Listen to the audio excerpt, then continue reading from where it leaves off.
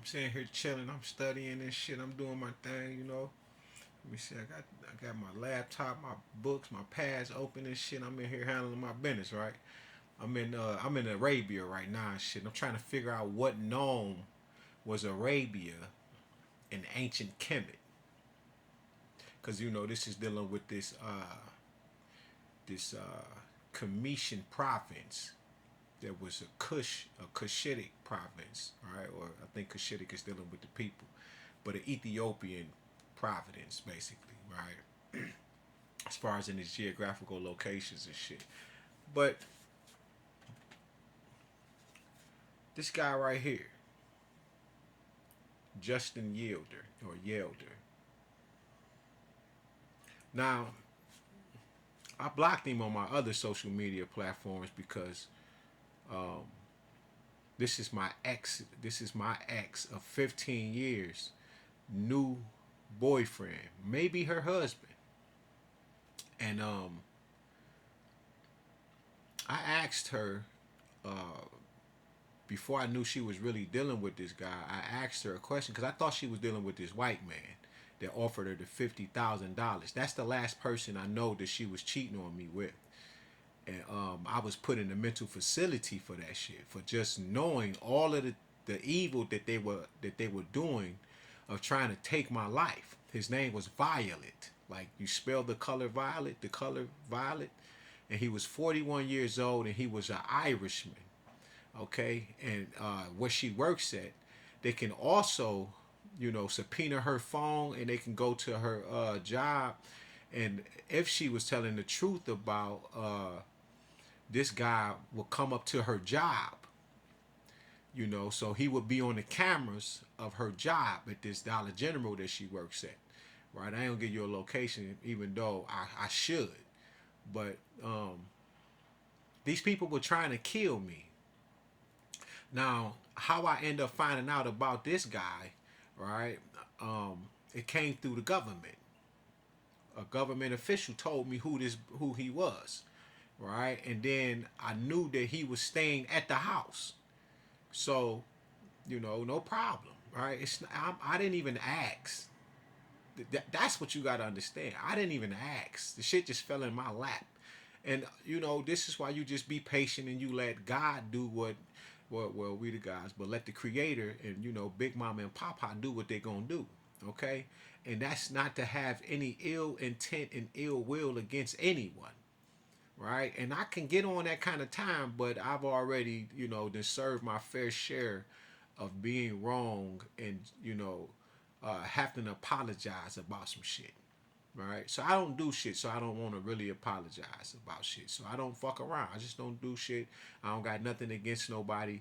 I have no enemies in my heart, but I have hidden enemies I don't know nothing about because these motherfuckers don't like me. No problem, right? Just keep your distance. Now, I called this woman, right, because my car is still in her name, right? And um, it's a lot of shit that I you got to think I was with this woman 15 years. I have yet to get a phone call to say, well, I got some mail over here for you. And I lived there for 15 years. Right now, when I go to do certain things, her name is on emergency contacts, all kinds of shit. And this is what I told him. This is her new guy, okay? And I told him I don't want to be with her.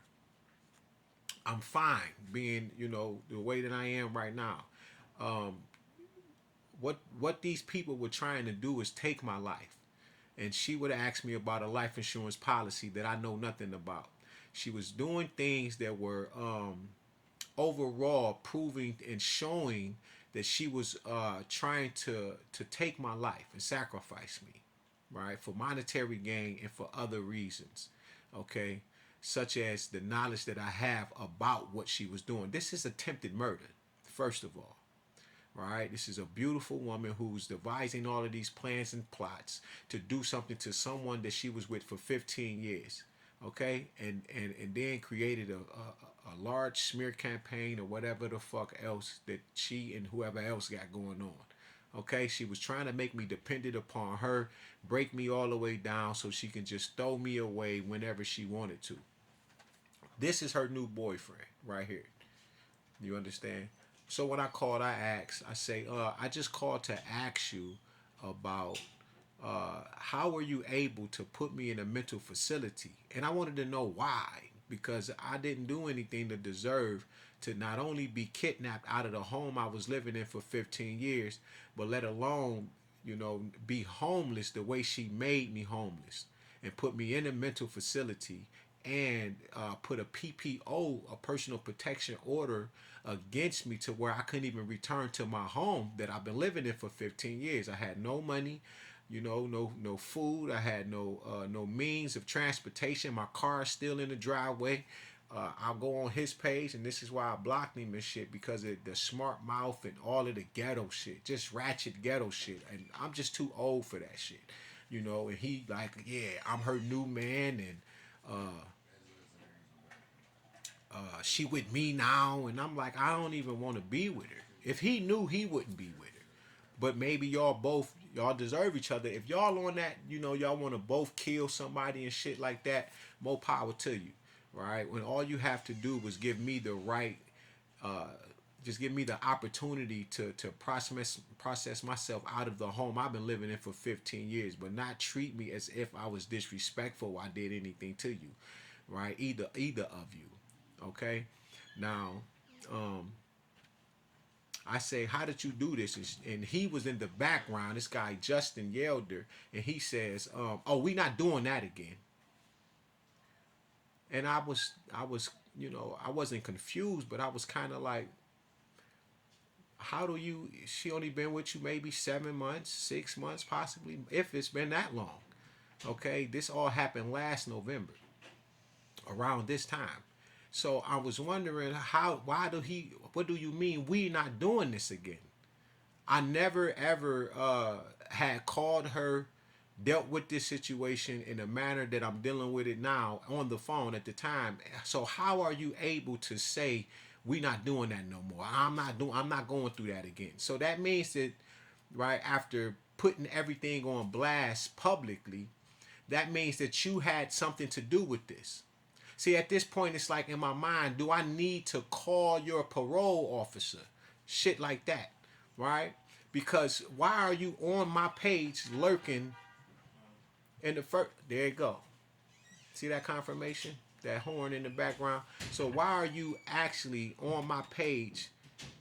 It's the last time I talked to y'all was maybe 2, 3 months ago. And I called her the other day, maybe a few weeks ago, I'll say, to ask her about my vehicle, to make sure my car is okay. Right? Because she was supposed to help me get the car fixed when I was living there, but if I would have been dead, which was y'all plan, she wouldn't have to help me. That's why I'm saying, but I'm still alive. My car is still in her name because I had came home from the penitentiary in 2022, February 15th. And the first thing I did when I came home was I got me a car. And when I got my car, right, I didn't have license at that time, right? So I couldn't drive off of the lot with it. So all I could do was put it in her name for the insurance. This is my ex. This is my best friend. This is my lover. This is my wife. So why wouldn't I do it that way and put it in her name until it's time to get it out my name? But I find myself in this situation, okay, of what she was actually doing behind the scenes. I didn't kick, I didn't scream, I was brokenhearted, I was down, but I'm an adult. We were adults, right? Or at least I thought she was being an adult, but the whole time this was sneaky, this was crafty, and next thing I know, I got six police officers standing in my house with a doctor or two asking me, do I feel homicidal and suicidal? Because when she was asking me about sex and things, I was denying it. She had just gave me a STD and I was burning, but when I go to the bathroom about the second time, I wasn't, or the third time, I wasn't even burning no more. So she had to been in the doctor, which explained why she wouldn't have sex with me for weeks, because she knew what she had already. But you gave it to me. That shit made me stay celibate for over a year. I had just broke my celibacy maybe a week ago. But why are you following me around? Is there something? Do I need to make that call? Because this ain't that. I'm not going to be looking over my shoulder, bro. Like,